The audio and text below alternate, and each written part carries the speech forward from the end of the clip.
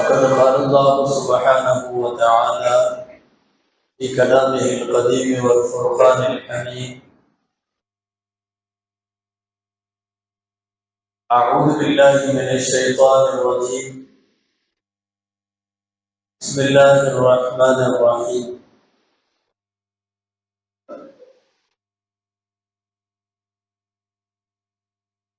إنا أنزلناه في ليلة مباركة إنا كنا منذرين فيها يفرق كل أمر حكيم. صدق الله العظيم. قال رسول الله صلى الله عليه وسلم: يقول الله عز وجل في هذه الليلة: ألا من مستغفر فأغفر له، ألا من مسترزق فأرزقه، ألا من مبتلى فأعافيه. صدق رسول الله صلى الله عليه وسلم. அளவற்ற அருளாளனும் நிகரற்ற அன்புடையோனுமாகிய எல்லாம் வல்ல அல்லாஹ்வின் பெயரால் போகிறேன். நாயகம் முஹம்மது ரசூலுல்லாஹ் ஸல்லல்லாஹு அலைஹி வஸல்லம் அவர்களின் மீதும் நற்பாக்கியங்கள் நிறைந்த அவர்களுடைய உம்மத்தின் மீதும் குறிப்பாக சங்கைமிக்க ஷஅபான் மாதத்தினுடைய 15வது இந்த இரவிலே அல்லாஹ்வின் மஸ்ஜிதில் வீற்றிருக்கிற நம் அனைவர் மீதும் அல்லாஹ்வின் அன்பும் அருளும் என்றென்றும் நிறைவாக உண்டாவதாக. ஆமீன். அல்லாஹ்வின் பேரருளால் சங்கைக்குரிய ஷஅபான் மாதத்தினுடைய 15வது இரவு நாம் இப்போது அமர்ந்திருக்கிற இந்த இரவு அல்லாஹுவால் சில தினங்கள், சில இரவுகள், சில இடங்கள், சில மனிதர்கள் இவர்களெல்லாம் சிறப்பு படுத்தப்பட்டிருக்கிறார்கள். அந்த நேரங்களில், அந்த இடங்களில், அந்த காலங்களில் துஆக்கள் கேட்கிற போது கபூலாக்கப்படும் என்பது அல்லாஹ்வின் ஏற்பாடு. ஒரு லைலத்துல் மிஅராஜை, ஒரு ஷபே பராத் என்கிற ஷஅபான் 15வது இரவை, ஒரு லைலத்துல் கத்ர் இரவை, 2 பெருநாட்களுடைய இரவை, ஜும்மாவுடைய தினத்தை, அரஃபாவின் மைதானத்தை, தவாஃப் செய்யும் போது கஅபாவிலே கேட்கப்படுகிற துஆவை, இப்படியெல்லாம் எல்லாம் வல்ல அல்லாஹ் சில இடங்களை மேம்படுத்துகிறான், சில காலங்களை மேம்படுத்துகிறான். அவன் சிறப்புப்படுத்தி வைத்திருக்கிற இரவுகளில் சங்கைக்குரிய ஒரு இரவு ஷஅபான் மாதத்தினுடைய 15வது இரவு. பராத் என்கிற வாக்கியம் இதே வாக்கியமாக வராவிட்டாலும் ஹதீஸ்களில் ஷஅபான் 15 என்று வருகிறது, ஷஅபானின் பாதி இரவு என்று வருகிறது, நிஸ்ஃபு ஷஅபான்.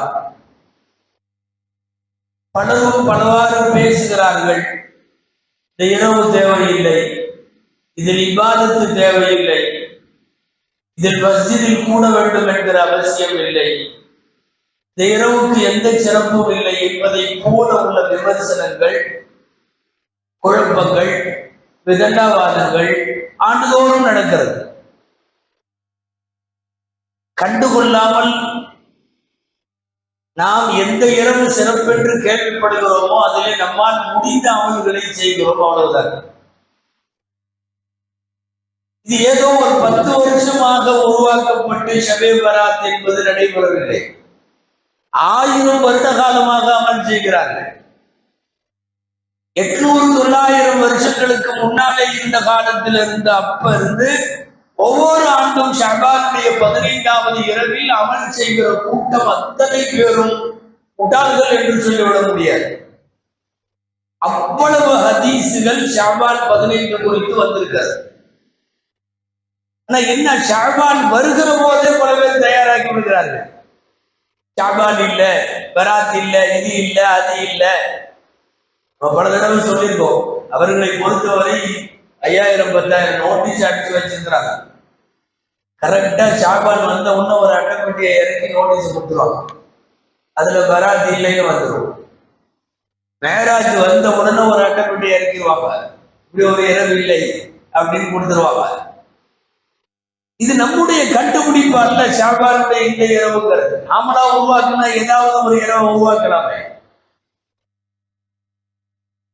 ஒரே ஒரு ஹதீஸ், இந்த இரவில் நின்று வணங்குங்கள், பகலிலே நோன்பு வையுங்கள். சூமு நஹாரா கூமு லைலஹா வ சூமு நஹாரஹா.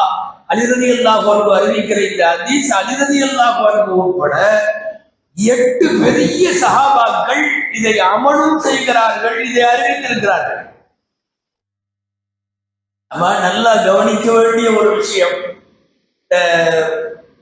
சவுதியில நிறைய வஹாபிய கொள்கைகளை உடையவங்களாம் இருப்பாங்க. அவங்க எல்லாம் ஒரு பெரிய ஆலிம் ஒருத்தரை ரொம்ப தூக்கி பிடிப்பாங்க. அவருக்கு அல்பானின்னு பேர்.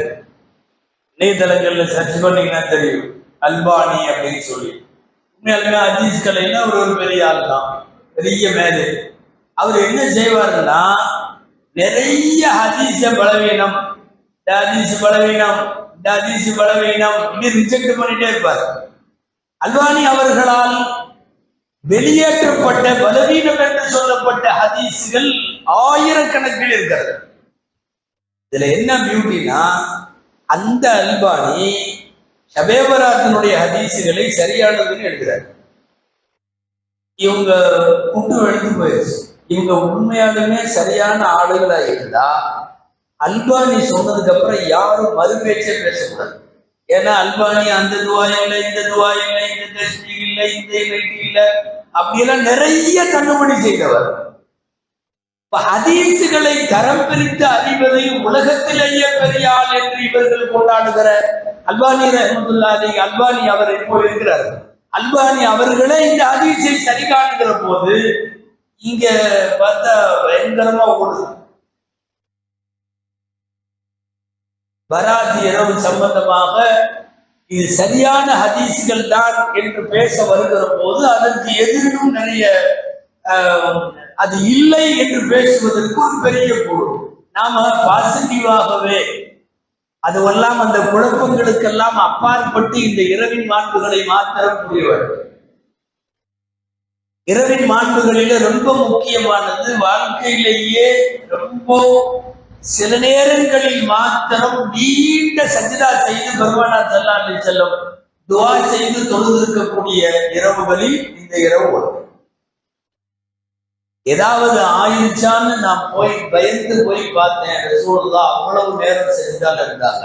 அதாவது ரூம் போயிருச்சோ என்னமோ சஜிதாலேயே அப்படிங்கிற மாதிரி நான் நினைச்சு போய் பார்த்தேன். அந்த இரவு பராத்தினுடைய ஷபானுடைய 15வது இரவு நள்ளிரவுல எந்திரிச்சு மன்னரையில போய் ஜன்னத்துல் பக்கீல நின்று கொண்டு மர்ஹூமானவர்களுக்கு துஆ செய்து கொண்டிருக்கிறார்கள்.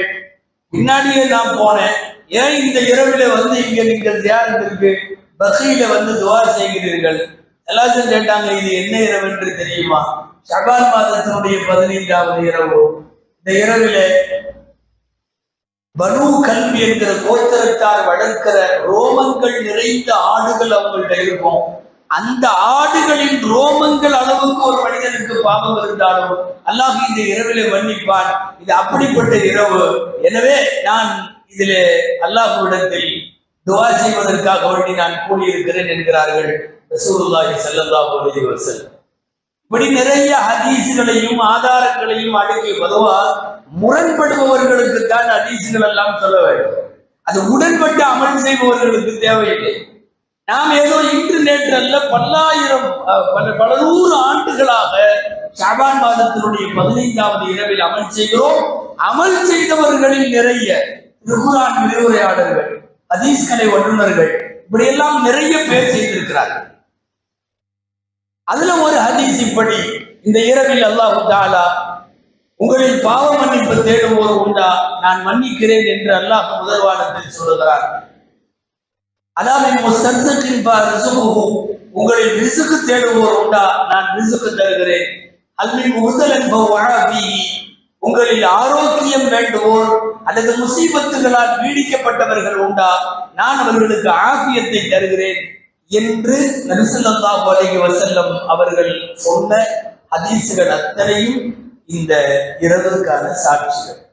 இந்த இரவு சம்பந்தமாக வந்திருக்கக்கூடிய சிறப்புகள் மிகவும் குறிப்பாக விதிகளை மாற்றி எழுதும் வேலையை அல்லாஹ் இந்த இரவிலே செய்வதாய், மாற்றப்பட்ட விதிகளின் பட்டியலை அல்லாஹ் மலக்குகளிடம் ஒப்படைப்பதாய் இந்த இரவை குறித்து வந்திருக்கிறார். குர்ஆனுடைய ஒரு வாசகம், யம்ஹுல்லாஹு மா யஷாஉ வ யுஸ்பிது வ இன்தஹு உம்முல் கிதாப். நாடியதை அல்லாஹ் அழிப்பான், நாடியதை அல்லாஹ் அப்படியே வைப்பான். அவனிடத்தில் தாய் புத்தகம் இருக்கிறது. உம்முல் கிதாப், உம்முல் கிதாப்னா தாய் புத்தகம். நாம பத்திரம்னு சொல்றோம்ல, தாய் பத்திரம், மூல பத்திரம் அப்படின்னு சொல்ற மாதிரி விதிகளை எழுதி வைத்திருக்கிற பதிவேட்டிற்கு தாய் புத்தகம் என்று பெயர். அவனிடத்தில் அந்த புத்தகம் இருக்கிறது. அவன் தான் எழுதியவன். இவ்வளவு ஆயுள் என்று எழுதியவன் அவன். அவனால் அதை அழிக்கவும் முடியும், நீட்டவும் முடியும், குறைக்கவும் முடியும். இவ்வளவு ரிசுக்கு என்று எழுதியவன் அவன். அவனால் அந்த ரிசுக்கை அதிகப்படுத்தவும் முடியும், குறைக்கவும் முடியும். ஒன்ஸ் எழுதிட்டான்னா அதுக்கப்புறம் அவன் அழிக்க மாட்டான்னு எங்கேயும் சொல்லல.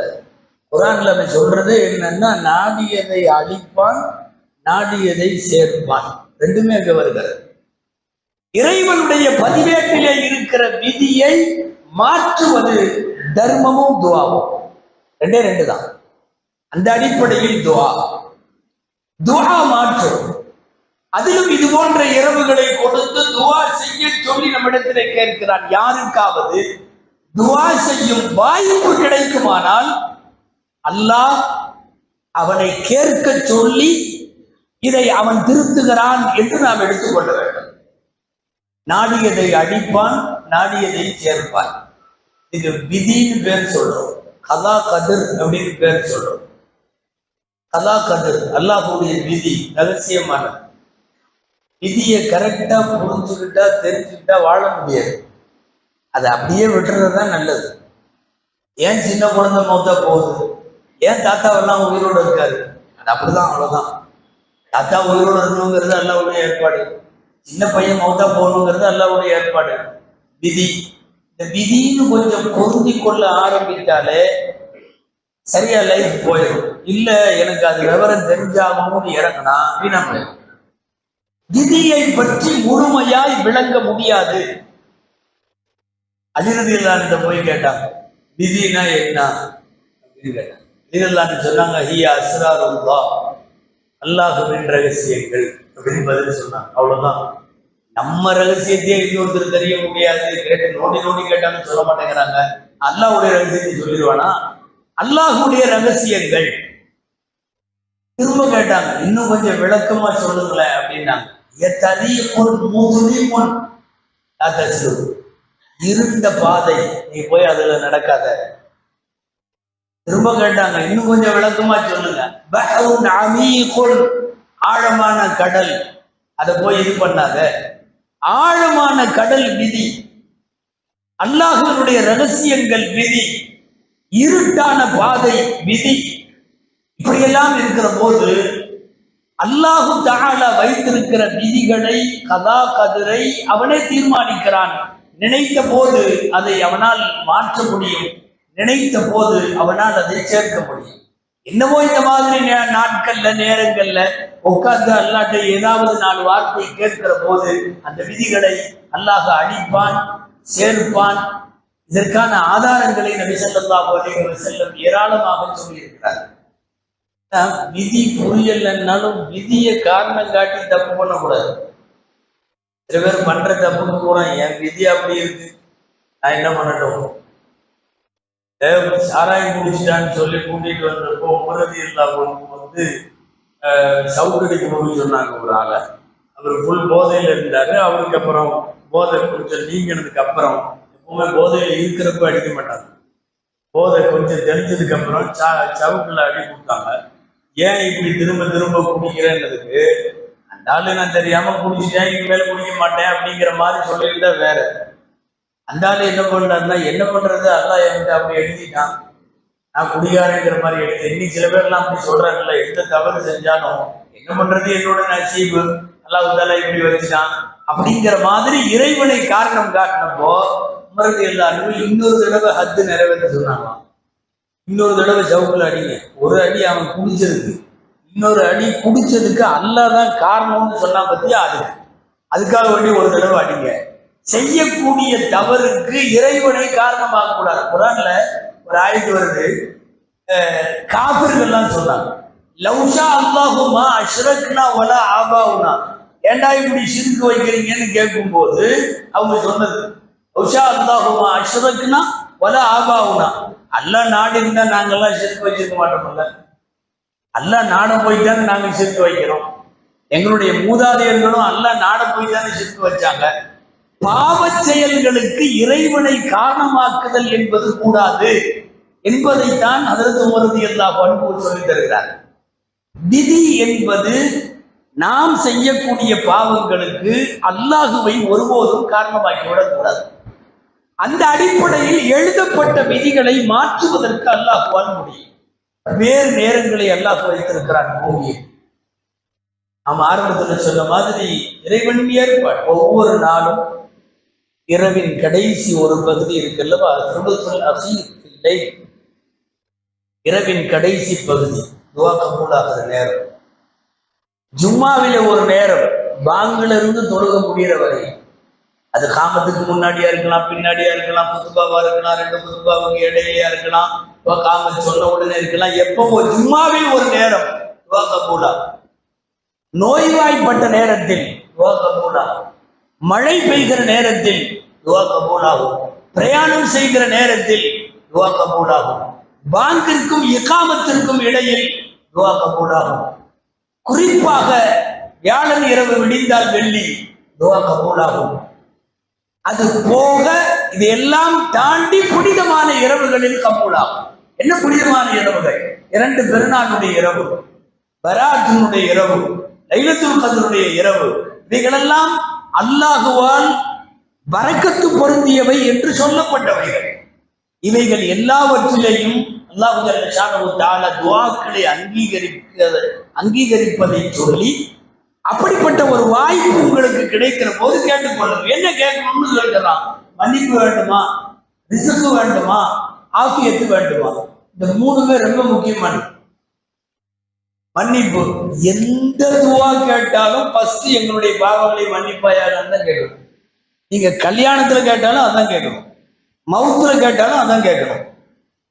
வாழ்க்கையில் எந்த சந்தர்ப்பத்தில் அல்லாஹ்விடத்திலே கையேந்தினாலும் கையேந்திய உடனே கேட்க வேண்டிய துவா, அல்லாஹ் எங்களை மன்னிப்பாயா.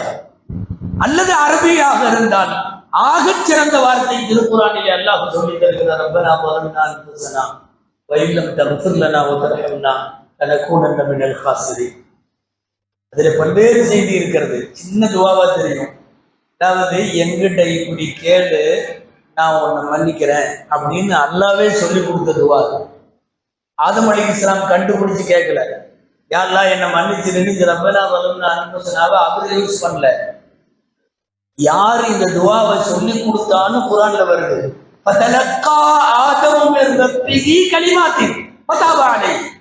அல்லாஹ் சில கலிமாவை சொல்லி கொடுத்தான், அதை அவர் கேட்டார்.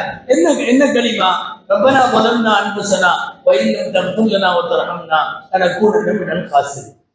சின்ன துவாவா தெரியலாம், எல்லாமே இருக்கு. நான் பாவம் பண்ணிட்டேன் அப்படின்னு ஒத்துக்கிறது அதுல இருக்கு. முதல்ல குற்றத்தை ஒத்துக்கொள்வது முதல் ரகம், அது அதுல இருக்கு. நீ மன்னிக்கலன்னா நான் பெரிய நஷ்டவாளி ஆயிருவேன் அப்படின்னு இருக்கு. நீ மன்னிக்கவில்லை என்றாலுங்கிறதுக்குள்ளேயே நீ மட்டும் நான் மன்னிப்ப, வேற யாரும் மன்னிக்க முடியாதுன்னு இருக்கு. எல்லா அம்சங்களையும் உள்ளடக்கிய இந்த துவாவை சொல்லிக் கொடுத்தது யார்? ரப்புல் ஆலமீன். அதனால்தான் கையேந்துகிற போதே பாவ மன்னிப்பிற்கு அல்லாஹ் சொல்லிக் கொடுத்த ரப்பனா வலம்னா அன்ஃபுஸனா வ இல்லம் தக்ஃபிர் லனா. எந்த துவா கேட்டாலும், நீங்க ஒரு வீட்டுக்கு குடி போறது கேட்குறீங்க, ஒரு கடையை திறக்கிறது கேட்குறீங்க, ஒரு பள்ளிவாசல் திறக்கிறது கேட்குறீங்க, ஒரு கல்யாணத்துல கேட்குறீங்க, ஒரு குழந்தை பிறக்கிறது கேட்குறீங்க, என்னத்துக்கு கேட்டாலும் முதல் துவா பாவ மன்னிப்பு. அதற்கு பிறகுதான் எல்லா துவாக்கள். இதுல என்ன விசேஷம்னா, ஒரு பாவமும் செய்யாத நபிமார்கள் யாரெல்லாம் மன்னிச்சுன்னு கேட்டாங்க. பாவம் செஞ்சவங்க தான் கேட்கணும்னுலாம் இல்லை. நாம என்ன அவ்வளவு பாவமா பண்ணிட்டோம் அப்படியெல்லாம் இல்லை. அல்லாஹ் தஆலா ரசூலுல்லாஹ்வை பார்த்து குர்ஆன்ல சொல்ற வாக்கியம் நமக்கு எல்லாம் தெரியும். غفر لك ما تقدم من ذنبك وما تأخر. நபியே, உங்களுடைய முன்பின் எல்லா பாவத்தையும் மன்னிச்சாச்சு. பாவங்களே இல்லாமல் பாதுகாக்கப்பட்டவர்கள் நபி ஸல்லல்லாஹு அலைஹி வஸல்லம். பாவத்தை விட்டு பாதுகாக்கப்பட்ட நபி சொல்லுகிறார்கள், நான் ஒரு நாளைக்கு 70 தடவை பாவ மன்னிப்பு தேடுகிறேன். என்ன அவசியம் வந்தது? 70 பாவம் ஒரு நாளைக்கு செய்யற நம்மளே கேட்கறது இல்லை. ஒரு பாவமும் செய்யாமல் அவர்கள் சொல்லுகிறார்கள், நான் 70 தடவை பாவ மன்னிப்பு கேட்கிறேன். பாவ மன்னிப்பு கேட்காத நபிமார்கள் யாருமே இல்லை. யாருமே வேணும்னா ஈசா அலைஹிஸ்ஸலாத்தை சொல்லலாம்.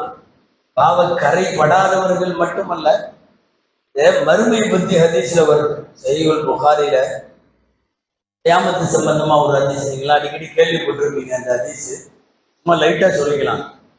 மறுமையில எல்லா ஜனங்களும் போவாங்க, ஒவ்வொரு நபிட்டியா போவாங்க. அந்த நபி சொல்லுவாரு, நானே ஒரு பாவத்துல இருக்கேன், அல்லாட்ட நீங்க அங்க போங்க அப்படிம்பாங்க. அந்த நபிகிட்ட போனா அவரு சொல்லுவாரு, நானே ஒரு சிக்கல்ல பாவத்துல இருக்கேன், நீங்க அங்க போங்க. நூஹ் அலைஹிஸ்ஸலாத்துக்கு போவாங்க, ஆதம் அலைஹிஸ்ஸலாத்துக்கு போவாங்க, இப்படி போவாங்கன்னு வருது. ஒவ்வொரு நபி இதை சொல்லுவாங்களாம், நானும் பாவம் செய்தவன் தான், நீங்க அங்க போங்கன்னு. இந்த ஹதீஸினுடைய தொடர ரசூலுல்லாஹ் சொல்லிட்டு கடைசியா ரசூலுல்லாஹ் வருவாங்கன்னு வருதல்ல. இந்த ஹதீஸ்ல இடையில ஈசா அலைஹிஸ்ஸலாம் வர்றாங்க. அங்க மட்டும் இந்த வார்த்தை இல்லை. இந்த வார்த்தை, நான் பாவம் பண்ணிட்டேன், நானே இப்படி இருக்கேன், நீங்க அங்க போங்க அப்படி சொல்லல. அங்க போங்கன்னு மட்டும் சொல்லியிருக்காங்க.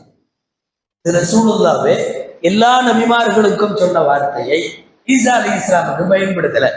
ஈசா அலைஹிஸ்ஸலாம் என்ன சொல்றாங்க அப்படின்னா, அங்க போங்க, அவ்வளவுதான். நான் பாவம் பண்ணிட்டேன் அப்படின்னு சொல்லல. ஆனாலும் குர்ஆனில் அல்லாஹ் எத்தனை நபிமார்களை சொல்லுகிறானோ அத்தனை பேரும் யா அல்லாஹ் என்னை மன்னிப்பாயாகன்னு கேட்டிருக்காங்க. ஒவ்வொரு நபி ரப்பி இன்னி ظلمت நஃப்ஸி ஃபக்ஃபிர் லி, யா அல்லாஹ் அநியாயம் செஞ்சுட்டேன் நானே, என்ன மன்னிச்சு. அத்தனை பேர். அது கால அவகாசம் எல்லாம் இல்லை.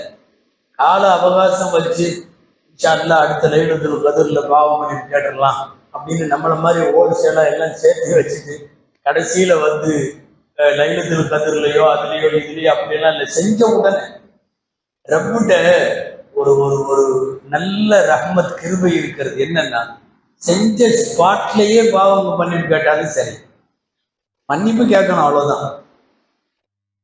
சண்டை போட்டுட்டு இருந்த 2 பேர்த்த விலைக்கு விடுறதுக்காக போவாங்க. மூசா அலைஹிஸ்ஸலாம் குர்ஆன்ல வருது. 2 பேர் சண்டை போட்டதுல ஒருத்தர் இவங்க ஃபேமிலி, இன்னொருத்தன் வேற ஆளு. போய் தடுத்துட போனது. சில நேரம் தடுத்துட போனோம்னா அவனுக்கு நம்மளே திட்டிடுவானுங்க. தடுத்துட போனவர் கோவம் வந்து அவர் அடிச்சு விடுவார். அந்த மாதிரி தடுத்துட போன நேரத்துல இவரை எவ்வளோ திட்ட ஒரு குத்து விட்டாரு, மௌத்தா போயிட்டான். மூசா அலைஹிஸ்ஸலாம் பொதுவாகவே கொஞ்சம் அந்த மாதிரி ரொம்ப டென்ஷன் ஆனவர். தடுத்துட போன உடனே அவன் என்னமோ பண்ணான்ல, இவரை திட்டினானோ என்னமோ, கைய முடுக்கி மூசா பக்கதான் ஆடை ஓடி ஒரு குத்து மௌத்தா போயிட்டான்னு குர்ஆன்ல வருது. சரி, மௌத்தா போன உடனே அடுத்த வரி என்ன தெரியுமா வருது? ரப்பி இன்னி ظلمت நஃப்ஸி ஃபக்ஃபிர் லி, நல்லா தெரியாம பண்ணிட்டேன் மன்னிச்சுக்கோ. இப்பதான் அடிச்சிருக்காரு, சூடு கூட இன்னும் ஆறல. அவர் துணிப்பு அடைஞ்சான்னு தெரியல, அடிச்ச உடனே மன்னிப்பு, ஸ்பாட்ல மன்னிப்பு. ரப்ப பொறுத்த வரையும் சரி இப்பதான் அடிச்சோம், வருஷமா அப்புறம் பார்க்கலாம், ஏதாவது மகரிபிலே இஷாலியா அப்புறம் கேட்டு இல்லை. பாவ மன்னிப்பு அவ்வப்போது எல்லா நேரம். ஒருவேளை அல்லாஹ் மன்னிக்கவில்லை என்றால் வாழ்ந்த வாழ்க்கையே அர்த்தமற்றது என்பதுதான் நல்லடியார்களுடைய நிலைப்பாடு. நிறைய பேர் அப்படி, அதாவது காலமெல்லாம் உத்தமர்களாக வாழ்ந்து முடிந்த சஹாபாக்கள் பிறகு எல்லாரும் துவா செய்வாங்களாம். எப்ப பார்த்தாலும் இந்த துவா தான், அல்லாஹும்ம அர்ஸுக்னி ஷஹாதத்தன் ஃபீ சபீலிக் வஜஅல் மௌத்தி ஃபீ பலதி ரசூலிக். 2 துவா எப்பவுமே கேட்பாங்களாம். யா அல்லாஹ், உன்னுடைய பாதையில நான் ஷஹீதா மௌத்தாகணும், இது ஒரு துவா. 2வது துவா, உன்னுடைய ரசூலாகிய ஊராகிய மதீனால மௌத்தாகணும். சில பேர் இந்த துவாவை கொஞ்சம் ஒரு மாதிரி விமர்சனம் பண்ணாங்க. என்ன கேட்கிறாரு, மதீனாவுக்குள்ள மௌத்தானுங்கிறாரு. போருக்கு போனா போர்க்களத்துல ஷஹீதாவும் கேட்கணுங்கிறாரு. ஷஹீதாகணும்னா வெளியூர்ல போய் மைதானத்துல யுத்த மைதானத்துல போர் நடக்கும். போர் செஞ்சுட்டு இருக்கிறப்ப எதிரிக்க வெட்டுவாங்க. வெட்டுனா அப்ப ஷஹீதாயிரலாம், வெளியே போய்தான் ஆகணும். இவர் கேட்கறது மதீனாவுக்குள்ள மௌத்து வேணுங்கிறாரு, ஷஹீதாவும் மௌத்தா போடுகிறார். ரப்பு அதை நடத்தி கொடுத்தான். அதே மாதிரி பஜ்ர் தொழுகை வச்சுட்டு இருக்கிறாங்க. முதல் ரக்காயத்தை முடிஞ்சு ரெண்டாவது ரக்காயத்தை எந்திரிச்சு நிற்கும் போது பின்னாடி முந்தின சப்புல நின்றவன் அபூலுங்கிறவன் கத்தியை எடுத்து, அது விஷம் தோய்க்கப்பட்ட ஒரு வாளை போர்வைக்குள்ள வைத்து மறைத்திருந்தவன், சால்வ மாதிரி பொத்திருந்தவன் உள்ள வச்சிருந்தான். எடுத்து முன்னாடி போய் தொழுக வைக்கிறப்ப மாத்திரம்தான் இவர்களை தள்ள முடியும் என்பது அவனுக்கு தெரியும். ஏன்னா தொழுகை இல்லாம இருந்திருந்தா அவங்க பக்கத்துல கூட போக முடியாதுங்கிறதும் எல்லாத்துக்கும் தெரியும். அப்ப போய் வயிற்றுல வச்சு ஒரு அரை வட்டத்துல ஒரு கிளி கிழிச்சு, அதாவது லேசா இப்படி நேரா குத்துனாவெல்லாம் பொழைச்சிக்குவாங்க. விஷம் தோய்க்கப்பட்ட வால்ல பிரசவத்திற்காக அறுப்பது போல முழுக்க அப்படியே ஒரு அரை வட்டமாக அறுத்து முடிச்சுட்டு குற்றுயிரும் குடையுயிருமாக அப்படியே எல்லாம் உடலெல்லாம் வெளியே வர அவங்க சரியறாங்க. தப்பித்து ஓடுகிறான். ஓட ஓட யாரெல்லாம் பிடித்தார்களோ அவர்களையெல்லாம் வெட்டுகிறான். உமர் ரலியல்லாஹு அன்ஹு ரூஹ் இன்னும் போகல, ஸ்பாட்ல உள்ள 6 பேர் ரூஹு போயிடுச்சு. இவன் எல்லாத்தையும் வெட்டிக்கிட்டே வர்றாங்கிறத கடைசி தப்புல இருந்து பார்த்தவர்கள் அப்துர்ரஹ்மான் இப்னு அவ்ஃப் ரலியல்லாஹு அன்ஹு, அப்துர்ரஹ்மான் இப்னு அவ்ஃப் ரலியல்லாஹு அன்ஹு அவங்க ஒரு போர்வை வச்சிருந்தாங்க. எடுத்து அவன் போர்வையை தலையில போட்டான். யாரையாவது ஒருத்தர் போர்வையை குத்தி அடிச்சு சாத்திருக்கும்பாங்கல்ல, தூக்கி போட்டாச்சு போர்வையை. கொத்திய உடனே ஆளுக்கால் எல்லாரும் பிடிச்சாங்க, அடிச்சாங்க. என்னன்னா 2 நாள் அதற்கு பிறகு ஹயாத்தோடு இருந்தார் முரதி இல்லாத. 2 நாள் உயிரோட இருந்து முடியல. ரூஹு போக போகுது. ரூஹு போற சொல்ல வந்த விஷயம் இதுதான். நீ இறப்ப சொல்றதல்ல, அல்லாஹ் 2யுமே கொடுத்தான்.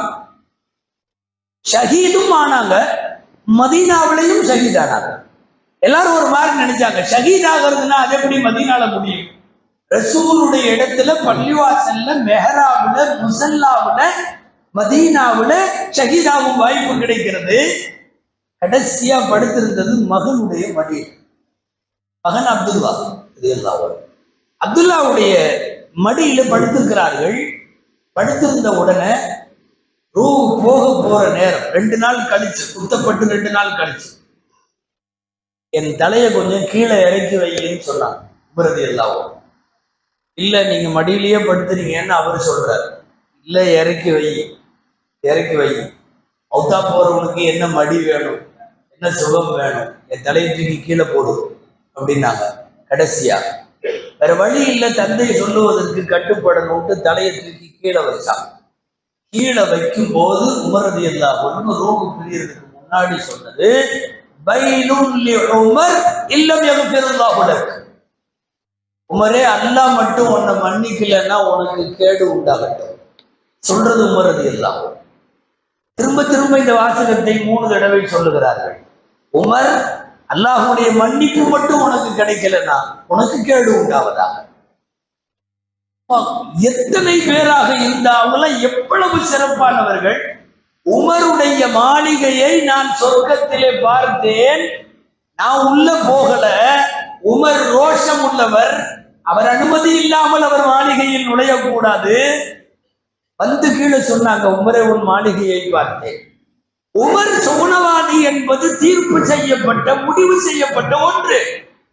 ஆனா மௌத்தா போற நேரத்துல மடியில இருந்து தலையை இறக்கி தலை தொங்கி அது கீழே இருக்கிற போது, வயலுள்ளி உமர் இல்லம் யக்ஃபிருல்லாஹு லக், அல்லாஹ் உனக்கு மன்னிக்கலன்னா உனக்கு கேடுதான் என்கிறார் உமர் ரலியல்லாஹு அன்ஹு. அதனால எப்ப கையேந்தினாலும் முதலிலே கேட்பது, ரப்பிடத்துல கேட்க வருவது அல்லாஹ்வுடைய பாவமன்னி. அல்லாஹ் சொல்றா, இந்த இரவிலே கேளுங்கள் பாவமன்னிப்பை. ரிசுக்கு வேண்டுமா கேளுங்கள். ரிசுக்கு அர்த்தம் நிறைய கூடன்னு கேட்கக்கூடாது, பரக்கத்தை கூடன்னு கேட்கணும். குவான்டிட்டி கேட்கக்கூடாது. 1 லட்சம் கொடு இல்ல, அவன் கொடுக்கறது 10,000 இருக்கட்டும். பரக்கத்து செய்தால் 1 லட்சம் அல்ல பல லட்சத்தினுடைய வேலையாகும். சில பேர் கேட்க தெரியாம கேட்கறது. 100 வயசு கொடு, பரக்கத்து கொடு, ஆயுளில் பரக்கத்து கொடுன்னு கேட்கறது. 100 வயசுல 70 வயசுல பேஷண்ட் ஆகி பெட்ல படுத்தா 30 வருஷம் அவர் டெய்லி துவா செஞ்சுட்டு இருப்பாரு, என்னை கூப்பிட்டுக்கோ, என்னை கூப்பிட்டுக்கோ, இருக்கிறவங்க எல்லாம் என்னை கொள்றாங்க, என்னை பார்க்க மாட்டேங்கிறாங்க. வாழுகிற வரை ஆயுளில் பரக்கத்து வேண்டும் அப்படிதான் கேட்கணும். ரிஸ்கில் பரக்கத்து வேண்டும் அப்படிதான் கேட்கணும். நிறைய கொடு தப்பு, 100 வயசு கொடு தப்பு, குவான்டிட்டி கேட்க கூடாது. அல்லாஹ்வின் பரக்கத்தை கேட்க வேண்டும். ரிஸ்கில பரக்கத். எல்லா ரிசுக்குக்கும் பொறுப்பேற்றவன் சொல்லுகிறான், அலாமி முஸ்தர்ஸுக்கின் பாரிசுகு, ரிசுக்கு வேண்டுவோர் உண்டா கேளுங்கள், நான் ரிசுக்கு தருகிறேன். ரிசுக்காதான் பொறுப்பு, எல்லாத்துக்கும் கொடுப்பாங்க. கர்ப்பத்தில் இருக்கிற குழந்தைக்கு ரிசுக்கு தருவது யார்? 10 மாசம் தாய் வழியாக தருகிறார். வெளியில வந்த பிறகுதான் தாய்ப்பால் கிடைக்கும், உள்ளுக்குள்ளேயே தருகிறார். தாய் சாப்பிடுவாள், குழந்தைக்கு உணவு போகும், குழந்தைக்கு உணவு போகும். சொல்ல போனா எந்த சம்பாத்தியமும் இல்லாம ஜம்முன்னு உள்ள 4வது மாசம் ரூபு வந்ததுல இருந்து 10வது மாசம் வரைக்கும் 6 மாசம் கரெக்டா போயிடும், டைமுக்கு போயிடும். வெளியே வந்தா தான் அந்த குழந்தை வீடு வீடு கத்தி பாடு வாங்கலாம். உள்ளுக்குள்ள கத்தாமையே வந்தது. அழுது குழந்தைக்கு பாடுங்கிறது வெளியே வந்ததான், அங்க உள்ளுக்குள்ள ஒண்ணும் வேண்டாம். ரப்பு டைமுக்கு எல்லாமே கிடைச்சிடும். தாய் சாப்பிடுகிறாள், குழந்தைக்கு கிடைக்கிறது. தாய் குடிக்கிறாள், குழந்தைக்கு போகிறது. யார் ரிஸ்க் தர்றா? உலகத்தில் எத்தனையோ ரிஸ்கினுடைய அதிசயங்கள் உண்டு.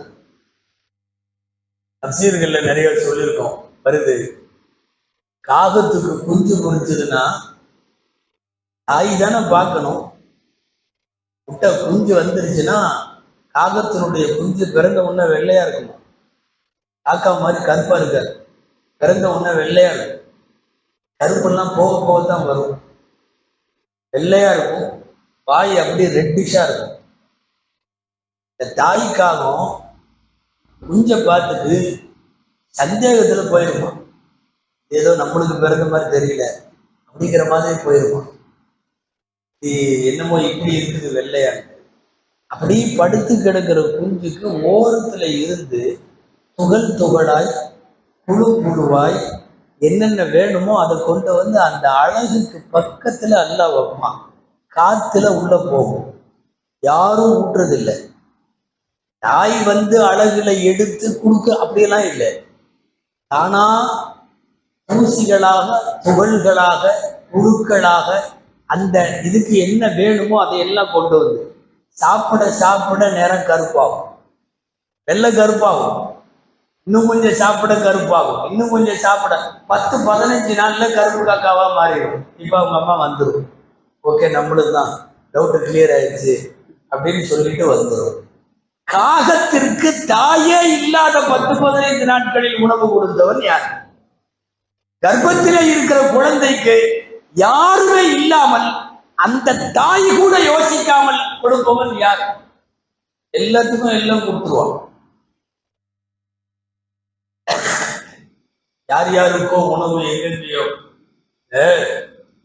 அரபி கல்லூரிகள்ல மந்த்துக்குன்னு லாஜிக்னு ஒரு பாடம் படிச்சு கொடுப்போம்.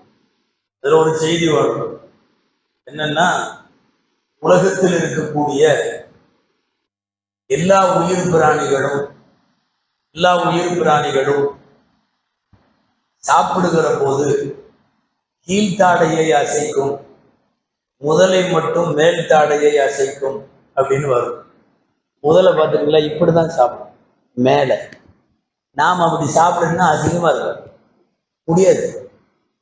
எல்லாமே உயிரினங்கள் அத்தனையும் கீழ்த்தாடையில தான் சாப்பிடும். இது ஒரு பொது சட்டம் நூல்ல வருது. உள்ள ஹைவானின் யுஹர்ரிக்கு பக்கஹுல் அஸ்ஃபல் இல்ல தின்சால் இல்ல தமாசா. எல்லாமே கீழ்த்தாடையை அசைக்கும், இல்ல தின்சா அது மட்டும் முதல்ல மட்டும் மேல் தாடையை அசைக்கும். ரப்புடைய ஏற்பாடு. உலகத்திலேயே அது ஒண்ணு மட்டும் தான் மேல் தாடையை சாப்பிடுது. ஓ பெரிய பெரிய திமிங்களும் பெரிய பெரிய மீனை எல்லாம் முதல்ல அப்படி முழுக்குமா உள்ள, அசால்ட்டா வாங்கன்னு கூப்பிடுவோம். உள்ள நீண்டுச்சுன்னா உள்ள போயிட வேண்டியதுதான். நம்மள மாதிரி உள்ளவங்க எல்லாம் 4-5 பேர் சாதாரணமா உள்ள போகலாம். அந்த அளவுக்கு திறந்து மூடுவாங்க.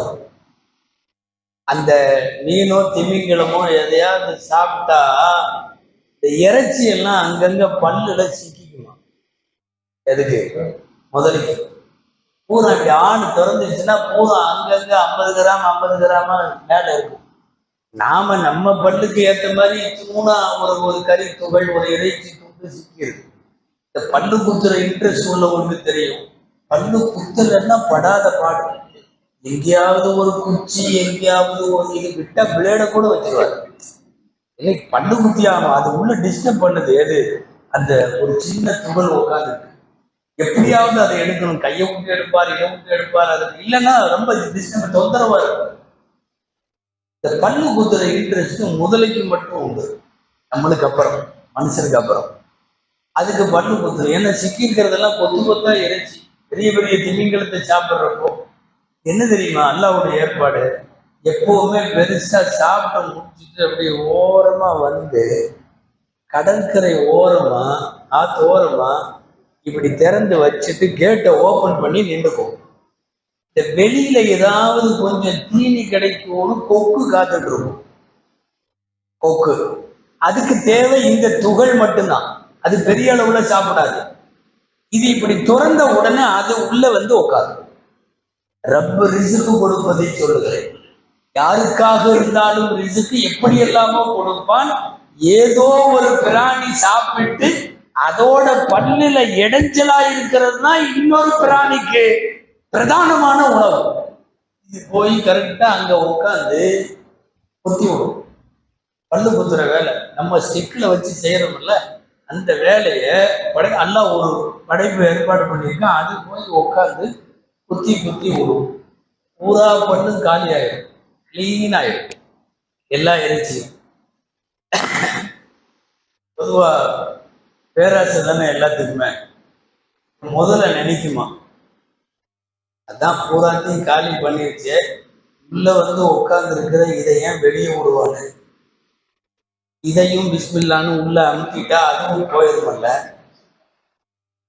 எல்லாத்துக்கும் உள்ளது தானே. எவ்வளவு கொடுத்தாலும் எவ்வளவு இது பண்ணாலும் இன்னும் கொஞ்சம் இருந்தா பரவாயில்ல அப்படிங்கிற மாதிரி கரெக்டா எல்லாம் எடுத்து முடிக்கிறப்போ இது வந்து நீண்ட காலமா ரொட்டேட்டா இந்த உலகத்துல நடைபெற்று இருக்கிற ஒரு வேலை. கரெக்டா எல்லாம் எடுத்து முடிச்ச உடனே இது இப்படி அமுக்கலான்னு நினைக்குமல்ல மேல அந்த மட்காடு அந்த அந்த சீட்டை அப்படிங்கும் போது இது திருப்பி முடிச்சு திருப்பி முடிச்சா ரத்தம் தான் வரும். கூறிய முனை மேல கொத்தும், அதுக்கப்புறம் மூடாது. அது இது வெளியில பறந்து போய்விடும். ஒரு பல்லிடுக்கில சிக்கி கொண்ட ரிசுக்கை வேறு ஒரு உயிரினத்திற்கு அல்லாஹ் வைக்கிறான். இப்படி ஒண்ணு வரும்னு சொல்லி அது அங்க உட்கார்ந்துருக்கு. எது? காத்திருக்கிறது போக்கு. அதே போல தன்னுடைய இந்த இடையூறை பல்குத்தும் வேலையை அதை எப்படியாவது செய்தாக வேண்டும் என்று வாயை திறந்து கொண்டு இது வரும். நான் சொல்ல வர்றது, உலகத்தில் நம் கண்ணுக்கு தெரியாத எத்தனையோ உயிரினம் அல்லாஹ் எங்கெங்கேயோ ரிசுக்கு வச்சிருக்கான். யார் யாருக்கோ அல்லாஹ் ரிசுக்கு கொடுக்கிறார். அல்லாஹுவினுடைய உமாவின் தாப்பத்தின் பில்லாருமே இல்ல அலல்லாஹி ரிசுகுஹா, இந்த பூமியில இருக்கிற எல்லா ஜீவராசிகளுக்கும் அல்லாஹ் ரிசுக்கினுடைய பொறுப்பேற்றிருக்கிறார். சொல்ல வந்தது, மன்னிப்பு கேட்கிறீங்களா? இந்த இரவில் கேளுங்கள், நான் தருகிறேன். அலாமின் முஸ்தர்ஸின் ரிசுக்கு வேண்டுவோர் உண்டா? கேளுங்கள், தருகிறேன். முபுத்தலன் பலா முசீபத்துகளிலே பீடிக்கப்பட்டவர்கள் இருக்கிறீர்களா? கேளுங்கள், நான் ஆபியத்தை தருகிறேன் என்று அல்லாஹ் சொல்லுகிற வாக்குறுதி இந்த இரவிலான. எனவே தனித்தனியாக அமல் செய்யும் போது அல்லாஹ்விடத்தில் துஆ செய்வதற்கென்று தனியாக ஏதாவது தொழுகை, அது தஹஜ்ஜுதாக இருக்கலாம், ஹாஜத் நஃபிலாக இருக்கலாம், இது போன்ற இரவுகளை சந்திக்க வாய்ப்பு கொடுத்தமைக்காக அல்லாஹ்வுக்கு நன்றியாக இருக்கலாம். ஏதோ ஒரு வகையில் அல்லாஹ்விடத்திலே தக்பீர் கட்டிவிட்டு தொழுது முடித்து விட்டு அல்லாஹ்விடத்தில் துஆ செய்ய வேண்டும். துஆ செய்கிற போது இதைத்தான் கேட்க வேண்டும். ரிசுக்கிலே பரக்கத்தை கொடு, அதே போல ஆயுளிலே பரக்கத்தை கொடு. கேட்பது நீண்ட ஆயுள், நீண்ட ரிசுக்கு, நிறைய ரிசுக்கு அல்ல. வந்தா முடிக்கணும்னு அர்த்தம். அப்படி சைட்ல சத்தம் இல்லாம வருவாங்க. எனவே கேட்பது நிறைய வேண்டும் என்று கேட்பதை விட பரக்கத்து வேண்டும் என்று அல்லாஹ்விடத்தில் கேட்க வேண்டும். ஆயுளிலே அல்லாஹ் பரக்கத்து செய்வதை, ரிசுக்கிலே பரக்கத்து செய்வதை, செய்யும் வேலைகள் எல்லாவற்றிலும் பரக்கத்து செய்வதை, முதல்ல ஆயுசுல பரக்கத்து வேணும். எவ்வளவு ஃபாஸ்டா போயிட்டு இருக்கு தெரியுமா நம்முடைய ஆயுள்? வெகு வேகமாக போகுது, வெகு வேகமாக. நம்முடைய தாத்தாக்கள் வாழ்ந்த ஆண்டை கவனிக்கும் போது அவங்க வயசு உதாரணமா 60 70னா நம்மளுக்கு பாதி தான், 35 தான். ஏன்னா மூவிங் அப்படி இருக்கு, வேகமாக நகர்கிறது காலம். தக்காரபுல் ஜமான், கயாமத்து நெருங்க நெருங்க கால சுழற்சி வேகமாகும் என்பது நபிகளாரின் வாக்கு, ரசூலுல்லாஹ்வுடைய வாக்கு. போக போக ஃபாஸ்டா மூவ் ஆகுது, கயாமத்து வருகிறது என்று போதும். ஒரு நேரத்துல ஒரு ரம்ஜானுக்கும் இன்னொரு ரம்ஜானுக்கும் இடைவெளி இருந்தது எவ்வளவு மறந்து போயிடும். அந்த எடுத்த சட்டையோட பட்டன் எல்லாம் பிஞ்சு போய், ரம்ஜானுக்கு வாங்கின செருப்போட வாரெல்லாம் பிஞ்சு போய், அதுக்கப்புறம் 3-4 மாசம் இருக்கும், ரம்ஜானுக்கு வாங்கலான் இருக்கோம், ரம்ஜானுக்கு செருப்பு வாங்குவோம், ரம்ஜானுக்கு புது சட்டை தப்போம் என்றிருந்த காலம் எல்லாம் போயிடுச்சு. இன்னும் அந்த சட்டையே புதுசா இருக்குது, அடுத்த ரம்ஜான் வந்துருச்சு. வேகமாக காலம் நகருகிறது அல்லவா? ரப்புல் ஆலமீன் நகருகிற இந்த வேகத்திற்கு இடையிலும் சில லைலத்துல் கத்ர்களை, சில ரமலானை, சில பராத்தை அல்லாஹ் நமக்கு வாய்ப்பாக தந்திருக்கிறான் என்பதற்கு நாம் நன்றி செலுத்த கடமைப்பட்டிருக்கிறோம். அந்த அடிப்படையில் தனித்தனியான இபாதத்துகளில் அவரவர்கள் அல்லாஹ்விடத்திலே இந்த நான் சொன்னவற்றிலெல்லாம் பரக்கத்தை கேட்போம். ஆயுளில் பரக்கத்து வேண்டும், ரிஸ்கில் பரக்கத்து வேண்டும். இதை எல்லாத்தையும் கேட்கறதுக்கு முன்னாடி கேட்க வேண்டிய ஃபர்ஸ்ட் துவா பாவ மன்னிப்பு வேண்டும். அந்த பாவ மன்னிப்பை கேட்டுவிட்டு இதையெல்லாம் கேட்போம். இந்த புனிதமான இரவில் அல்லாஹ் இந்த இரவுடைய கயிறு பரக்கத்துகளை நமக்கு தருவானாக. இந்த இரவினுடைய பலனால் அல்லாஹு தாலா பாவங்களை மன்னி தருவானாக. அல்லாஹு தாலா நமக்கு வழங்கக்கூடிய ரிஸ்கிலே பரக்கத்தை தருவானாக. அல்லாஹு தாலா ஆரோக்கியத்துடன் கூடிய நீண்ட ஆயுளை அல்லாஹ் வழங்குகிற ஆயுளிலே பரக்கத்தை எல்லாம் ஏற்படுத்தி தருவானாக. எத்தனை பேர் எத்தனை விதமான முசீபத்துகளிலே பீடிக்கப்பட்டிருக்கிறார்களோ அவர்களுக்கெல்லாம் அல்லாஹ் ஆஃபியத்தை தருவானாக. வாழும் காலமெல்லாம் ஈமானோடு வாழ்ந்து வஃபாத்தாகிற போதும் ஈமானோடும் களிமாவோடும் மௌத்தாவும் நல்ல தௌஃபீகை அல்லாஹ் நம் அனைவருக்கும் தருவானாக. ஆமீன் ஆமீன். வாஹிரு தஅவானா அல்ஹம்துலில்லாஹி ரப்பில் ஆலமீன். அஸ்ஸலாமு அலைக்கும்.